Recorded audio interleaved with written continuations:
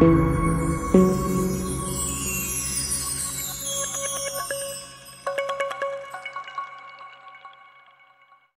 عرصہ ہوا ایک ملک پر بادشاہ حکومت کیا کرتا تھا۔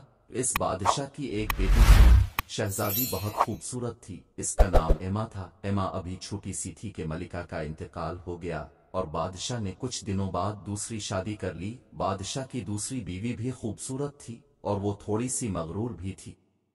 نئی ملکہ کے پاس ایک جادو کا شیشہ تھا۔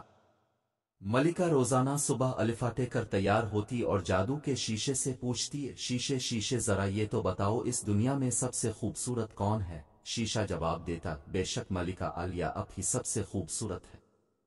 یہ جواب سن کر ملکہ بہت خوش ہوتی۔ وقت گزرنے کے ساتھ ساتھ ایما بڑی ہوتی گئی اور اس کی خوبصورتی میں بھی اضافہ ہوتا گیا۔ ایک روز ایسا ہوا کہ ملکہ نے حسب معمول جب شیشے سے پوچھا کہ سب سے خوبصورت کون ہے تو شیشے نے اس کو جواب دیا کہ ملکہ عالیہ بے شک اب سب سے خوبصورت تھیں، لیکن اب کی سوتیلی بیٹی ایما سب سے خوبصورت ہے۔ شیشے کا جواب سن کر ملکہ غصے سے آگ بگولا ہو گئی۔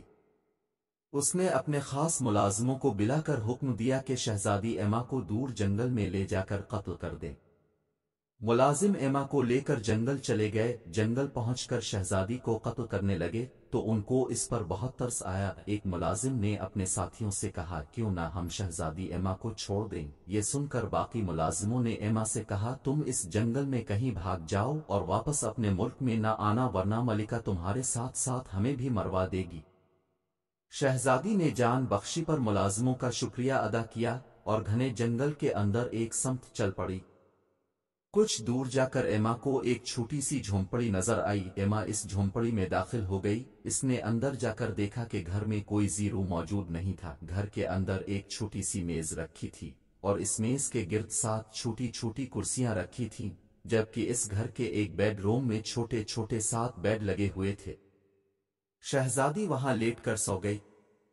کافی وقت گزرنے کے بعد شہزادی ایما نیند سے بیدار ہوئی تو وہ یہ دیکھ کر حیران رہ گئی کہ 7 چھوٹے چھوٹے آدمی اس کے گرد کھڑے اسے دیکھ رہے تھے۔ وہ 7 بونے تھے جو ایک ہیرے کی کان میں کام کرتے تھے اور اب کام سے چھٹی کر کے واپس آ گئے تھے۔ انہوں نے شہزادی ایما سے پوچھا کہ وہ کون ہے اور یہ کہ اس جھونپڑی میں کیسے آئی۔ اس پر ایما نے ان بونوں کو محل سے جنگل میں آنے تک اپنی داستان سنا دی۔ شہزادی ایما کی داستان سن کر بونوں نے اسے کہا، ٹھیک ہے، اب تم اس گھر میں ہمارے ساتھ رہو اور گھر کے کاموں میں ہمارا ہاتھ بٹایا کرو، لیکن ایک بات یاد رکھنا، جب ہم لوگ گھر پر موجود نہ ہوں تو کسی بھی اجنبی کو گھر میں نہ آنے دینا۔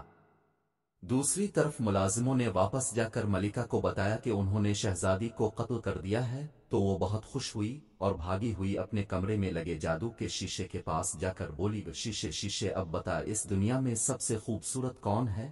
شیشے نے کہا، بلا شبہ شہزادی ایما ہی سب سے خوبصورت ہے اور وہ جنگل میں ایک جھونپڑی میں رہتی ہے۔ یہ جواب سن کر ملکہ کو بہت غصہ آیا۔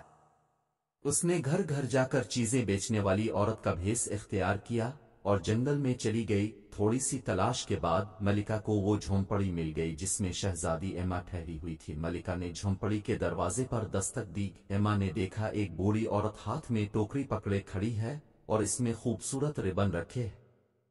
پیارے پیارے رنگوں کے ربن دیکھ کر ایما کا دل للچانے لگا اور وہ بالکل بھول گئی کہ بونوں نے اسے کسی اجنبی سے ملنے سے منع کیا تھا۔